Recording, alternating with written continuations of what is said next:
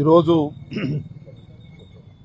గోరంట్ల మాధవ్ గారు వైఎస్ఆర్ కాంగ్రెస్ పార్టీ మాజీ పార్లమెంటు సభ్యుల్ని నిన్న అరెస్ట్ చేసి ఈరోజు స్థానికంగా ఉన్న కోర్టులో ప్రొడ్యూస్ చేయడం జరిగింది.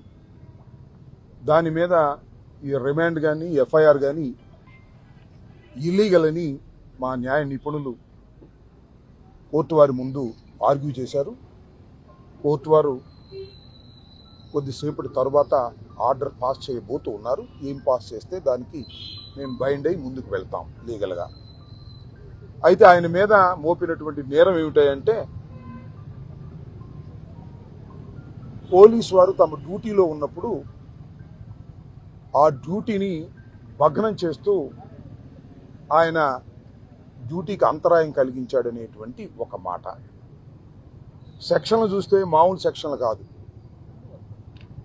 మ్యాజిస్ట్రేట్ గారు బెయిల్ ఇవ్వడానికి వీల్లేనంత పెద్ద సెక్షన్స్ పకడ్బందీగా వేసి కోర్టులో ప్రొడ్యూస్ చేశారు. ఇంకొక అంశాన్ని ఇక్కడ నేను ప్రస్తావన చేయదలుచుకున్నది ఏమిటంటే ఆయన అరెస్ట్ అయిన దగ్గర నుంచి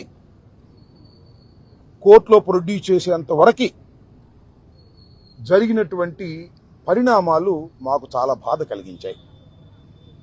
ఎందుకంటే ఆయన అరెస్ట్ చేశారు. నగరంపాలెం పోలీస్ స్టేషన్లో వారిని తీసుకువెళ్ళారు. నేను, మా ఎమ్మెల్సీ లేళ్ల అప్పిరెడ్డి గారు, మరి కొంతమంది న్యాయవాదులు కలిసి విషయం తెలుసుకుందామనే ఉద్దేశంతో నగరంపాలెం వెళ్ళాం. అక్కడ వెళ్ళిన తర్వాత మాకు తెలిసింది ఏంటంటే వెనక నుంచి తీసుకువెళ్ళిపోయారట. ఎక్కడ తీసుకెళ్ళిపోయారో తెలియలా. కానీ అక్కడ డిఎస్పీ గారు లేరండి, లోపలే ఉన్నారు. కానీ మేము ఇప్పుడు మాట్లాడటానికి అవకాశం కాసేపు ఆగిన తర్వాత మా సిఐ గారు మీతో మాట్లాడతారు అన్నారు. వాస్తవం తెలుసుకుంటే ఆయన్ని ఆ పోలీస్ స్టేషన్ నుంచి మరొక పోలీస్ స్టేషన్కి షిఫ్ట్ చేశారు. నల్లపాడు పోలీస్ స్టేషన్కి షిఫ్ట్ చేశారని తెలిసింది. తర్వాత రాత్రి ఎస్పీ గారిని అడిగితే నల్లపాడు పోలీస్ స్టేషన్కి షిఫ్ట్ చేశామండి అని చెప్పారు. పొద్దున్నే నేను నల్లపాడు వెళ్ళాను.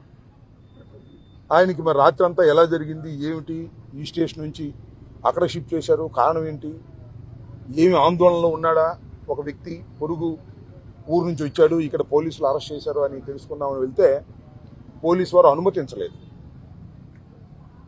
ఎస్పీ గారితో మాట్లాడితే సాయంత్రం కోర్టులో ప్రొడ్యూస్ చేసే ముందు మీరు మాట్లాడొచ్చండి అన్నారు. నగరంపాలెం పోలీస్ స్టేషన్కి వస్తారు అని అన్నారు. సరేలేమని గౌరవంగా తిరిగి వచ్చేసాం. తర్వాత మళ్ళా కోర్టు దగ్గర హాజరుపరిచారు.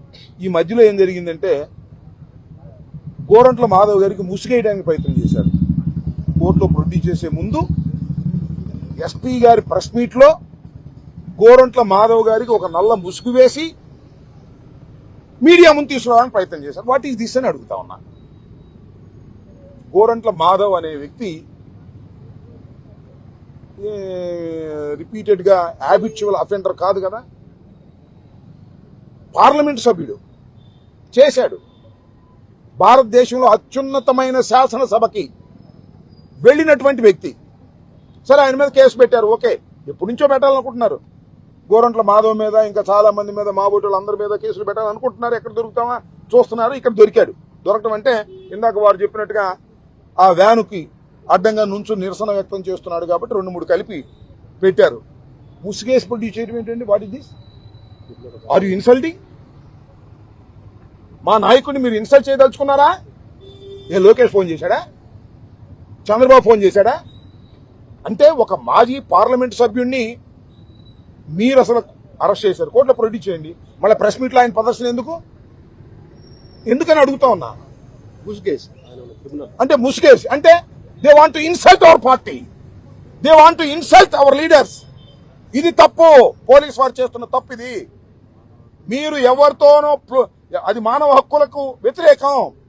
మీరు ఎవరినో ప్లీజ్ చేయటం కోసం, ఎవరు మెప్ప పొందటం కోసం గోరంట్ల మాధవ్కి ముసుగేయాలని ప్రయత్నం చేయడం దారుణం కదా. ఆలోచించమని మనం చేస్తున్నాం. ఆ రకంగా సుప్రీంకోర్టు జడ్జిమెంట్స్ కూడా ఉన్నాయి. ముసుగేసి ప్రొడ్యూస్ చేయడానికి వీల్లేదని. ప్రెస్ మీట్లో ముసుగులేసి ప్రొడ్యూస్ చేస్తారు. నాకు అర్థం కాలేదు ఎందుకు ప్రొడ్యూస్ చేస్తారంటే, నిన్న అతను ప్రొడ్యూస్ చేశారు కదా, ఎవరు కిరణ్ అని ఆయన ఎవరినో ముసుగేసి ప్రొడ్యూస్ చేశారు. కిరణ్తో ఈక్వల్ అనమాట మా గోరంట్ల మాధవ్ కూడా. అది లోకేష్ గారు ఆర్డర్.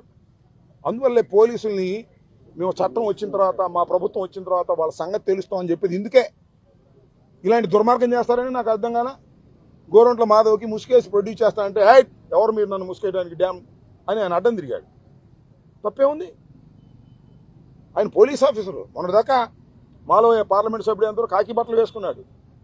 ఆయన బ్రహ్మాండంగా రన్ చేసి సెలెక్టెడ్, ఎవరు రికమెండేషన్తో కాలా, అన్ని అర్హతలు ఉండి సీఏ స్థాయికి వచ్చినటువంటి వ్యక్తి. ఆయనకి ముసుగేసి మీరు ప్రొడ్యూస్ చేస్తామంటే ఏందండి ఇది? నాకు అర్థం కాలేదు. పోలీసు వారు మీరు ఇన్సల్ట్ చేయటం కాదా? మీరు ఎవరినో మెప్పించడం కోసం ప్రయత్నం చేయటం కాదా? ఈ పద్ధతి మీరు మార్చుకోరా? ఇంత ఈ 24 గంటల్లో ఎన్ని మెలికలు తిప్పారండి? ఎస్పీ ఆఫీసులో అరెస్ట్ చేశారు, అక్కడ నగరంపాలెం తీసుకెళ్లారు, నగరంపాలెం నుంచి మళ్ళా నల్లపాడు తీసుకెళ్లారు, నల్లపాడు నుంచి మళ్ళా గవర్నమెంట్ హాస్పిటల్ తీసుకెళ్లారు, గవర్నమెంట్ హాస్పిటల్ నుంచి ఇక్కడ తీసుకొచ్చారు. ఇక్కడ తీసుకొచ్చి జస్ట్ బిఫోర్ కోర్టులో ప్రొడ్యూస్ చేసే ముందు మా ప్లేడర్లు వెళ్ళి ఏమన్నారంటే మీ కాగితాలు ఇచ్చారా అని అడిగారు గోరంట్ల మాధవ్. నాకు ఇంతవరకు ఇవ్వలేదండి అన్నారు. ఎందుకంటే అరెస్ట్ అయిన వ్యక్తిని కోర్టులో ప్రొడ్యూస్ చేసే ముందు నీ మీద ఏ నేరం మోపాము, ఏమిటి, రిమాండ్ రిపోర్ట్ అన్నీ కూడా సబ్మిట్ చేయాలి.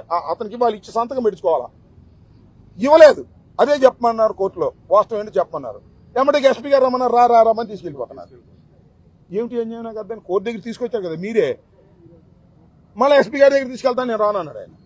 నన్ను కోర్టులో ప్రొడ్యూస్ చేయండి, టైం అయిపోతుంది, మీరు కోర్టులో ప్రొడ్యూస్ చేయాల్సింది, నేను రానన్నాడు. మేము కూడా సపోర్ట్ చేశాం. మరి నాకు అర్థం కాల ఏంటిది. కోర్టు ప్రాంగణంలోనే పోలీసులు ఈ రకంగా వ్యవహరిస్తున్నారు అంటే చట్టాన్ని పోలీసులు అతిక్రమిస్తున్నారు. చట్టాన్ని పోలీసులు అతిక్రమిస్తే అరాచకం వస్తుంది ఈ దేశంలో, ఈ రాష్ట్రంలో. చంద్రబాబు నాయుడు గారు చెప్పినట్టు, లోకేష్ చెప్పినట్టు మా మాధవ్ మీదో, నా మీదో, సుబ్బారావు మీదో, పుల్లయ్య మీదో, లేకపోతే మా సుధాకర్ రెడ్డి గారి మీదో కేసులు పెట్టాలనేటువంటి ఒక ఇంటెన్షన్తో ఇవాళ డిపార్ట్మెంట్ పనిచేస్తుంది. ఇది తప్పు అని మేము చెబుతున్నాం. దానికి పెద్ద హంగామా చేస్తున్నారు. ఎప్పుడు దొరుకుతాడా గోరంట్ల మాధవ్ అని ఎదురు చూశారు.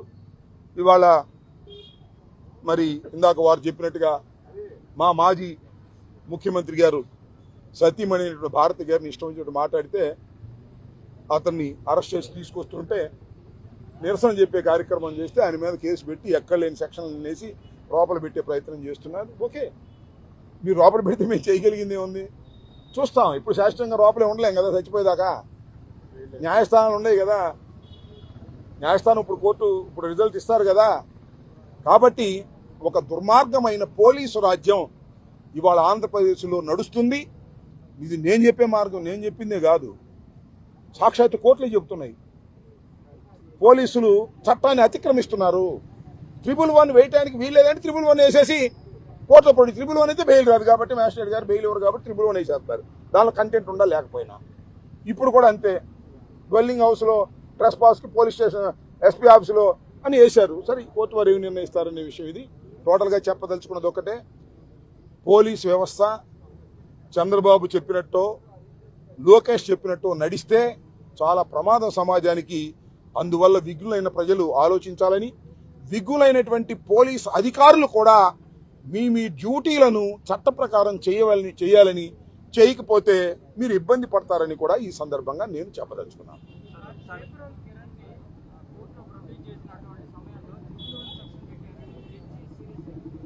ఎస్, అవును. జస్టిస్ ఇప్పుడు మొన్న ఎవరు పోసాని కృష్ణమురళి గారిని ఎఫ్ఐఆర్ పెట్టినప్పుడు సెక్షన్లు కాకోకుండా తరువాత 111 యాడ్ చేశారని కోర్టు వారి దృష్టికి వెళ్ళినప్పుడు పర్సనల్గా 111 యాడ్ చేసినటువంటి ఇన్వెస్టిగేషన్ ఆఫీసర్ని వచ్చి సమాధానం చెప్పుకోమని చెప్పారు. న్యాయస్థానాలు రియాక్ట్ అవుతున్నాయి పోలీసుల యొక్క అఘాయిత్యాల మీద.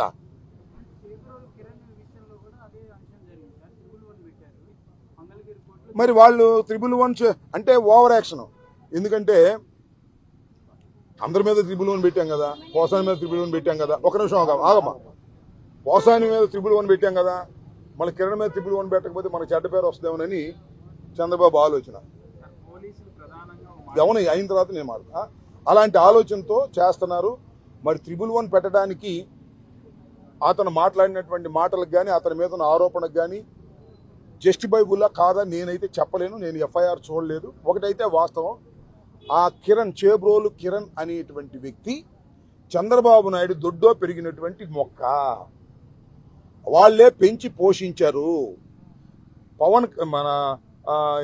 నారా లోకేష్ గారే వాళ్ళకంతా క్యాష్ ఇచ్చి ఐటీడీపీ నడుపుతున్నారు. ఐటీడీపీలో భాగమే. అతని మీద ఇంతకు ముందే చాలా కేసులున్నాయి. అతనే ఇంతకు ముందు చాలా మంది మీద మాట్లాడారు. మాట్లాడితే నేను నిన్న కూడా చెప్పా, ఇవాళ ఎందుకు అరెస్ట్ చేశారంటే చంద్రబాబు నాయుడు గారిని ప్రశ్నిస్తున్నారు సమాజంలో. నీ బోటి వాళ్ళు, నా బోటి వాళ్ళు. ఏమండి, మీ భార్యను తిడితే బావురుమని ఏడ్చారే, తిట్టినా తిట్టకపోయినా. మరి వాళ్ళ సాక్షాత్తు మీ ఐటీడీపీ వాడే జగన్మోహన్ రెడ్డి గారు సతీమణిని అంత భయంకరంగా తిట్టినప్పుడు మీరు ఎందుకు ఊరుకుంటున్నారంటే అరెస్ట్ అన్నారు. ఆయన పెంచినోడినే ఆయన బలి చేసి ఆయన సేఫ్ అవ్వాలనేటువంటి ప్రయత్నం చేస్తున్నాడు అనేది నా ఆరోపణ. మీరు చెప్పండి సార్. ఏంటి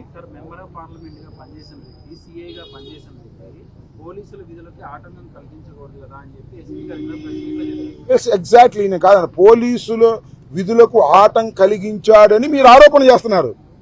అతను అటు అంటలేదే. మేము ఇందాక మాట్లాడాం, నిరసన వ్యక్తం చేస్తున్నా అన్నాడు. ఇప్పుడు రోడ్డు అమ్మట వెళ్తుంటారండి, నల్ల జనాలు పడి నిరసన వ్యక్తం చేస్తారు. సో ఎస్పీ గారు కానీ పోలీసు కానీ వాళ్ళ ఆరోపణ ఏంటి? వాళ్ళు పోలీసులు కొట్టారే. నేను వాళ్ళు ఈనాడులో చంపెట్టి లాగి పెట్టి కొట్టారంట పోలీసుని. ఈనాడులో రాసేస్తారు, ఆంధ్రజ్యోతిలో రాసేస్తారు. అయ్యే నిజం అనుకోమాకండి. అయ్యా నేను వాళ్ళు రాస్తుంటారు. ఎస్పీ గారు చెప్పినవన్నీ, పోలీసు వారు చెప్పినవన్నీ, ఎఫ్ఐఆర్లో చెప్పినవన్నీ, రిమాండ్ రిపోర్ట్లు చెప్పినవన్నీ నిజాలైతే ఇంకేముంది, కేసులన్నీ 100% శిక్ష పడాల్సిందే. అబద్దాలు చెప్పి ఏదో ఒక విధంగా వైఎస్ఆర్సీపీకి సంబంధించిన నాయకుల్ని అణచాలనేటువంటి ప్రక్రియలో జరుగుతున్నటువంటి ఒక ప్రహసన కార్యక్రమంలో గోరంట్ల మాధవ్ అరెస్టు కూడా, కేసు కూడా ఒకటి భాగమని దయచేసి రాష్ట్ర ప్రజలు అర్థం చేసుకోవాలని కోరుతున్నాను. తాడేపల్లిలో ఇది పెట్టిన తర్వాత అది పెట్టారు. ఇక్కడ ఏమైనా అయిద్దేమో అక్కడ పెడదామని, ఏదో సంథింగ్ వరుసనే సిరీస్ ఆఫ్ కేసు. ఒక కేసు పెట్టరు, అరెస్ట్ చేసిన తర్వాత వరుస కేసులు రిజిస్టర్ చేస్తారు. బెయిల్ వస్తే దాన్ని అరెస్ట్ చేస్తారు. అట్టా ఒక ప్లాన్ ఆఫ్ యాక్షన్. లోపలికి వెళ్లిన వాడు ఒక నెల రోజులు 2 నెలలు ఉండే విధంగా, పోసాని కృష్ణమురళి కూడా అట్టా కదా 20 రోజుల పైన ఉన్నాడు, అట్టా ఉండే విధంగా, వంశీనేమో ఇంకా రాలేదు కదా అట్లా ఉండే విధంగా. ఏదైనా ఎంబటనే వస్తే బాగోదని కాస్త ఎక్కువ కాలం లోపల పెట్టి భయపెట్టాలని ప్రయత్నం చేస్తున్నారు. ఎక్కువ కాలం లోపల పెట్టి భయపెట్టాలనుకుంటే భయపడేవాడెవ్వడు లేడు. మరింతగా రాటు తేలతారు మా నాయకులు, గుర్తుపెట్టుకోమని మనవి చేస్తారు.